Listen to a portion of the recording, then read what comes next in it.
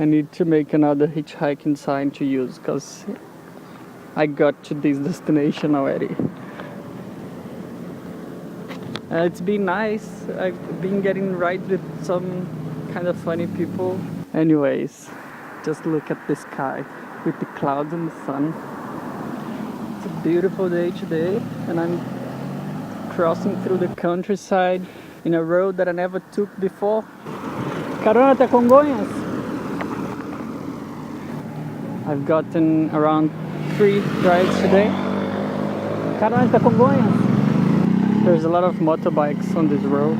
There's not so much traffic, but I was lucky enough to get a ride with a truck driver who drove me here.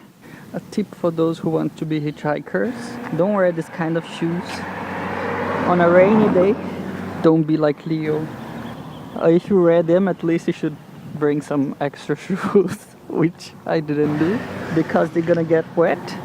So I'm gonna get my socks wet and my shoes wet, and I'm gonna have to go all the way to the end of my trip. 300 kilometers away, hitchhiking today.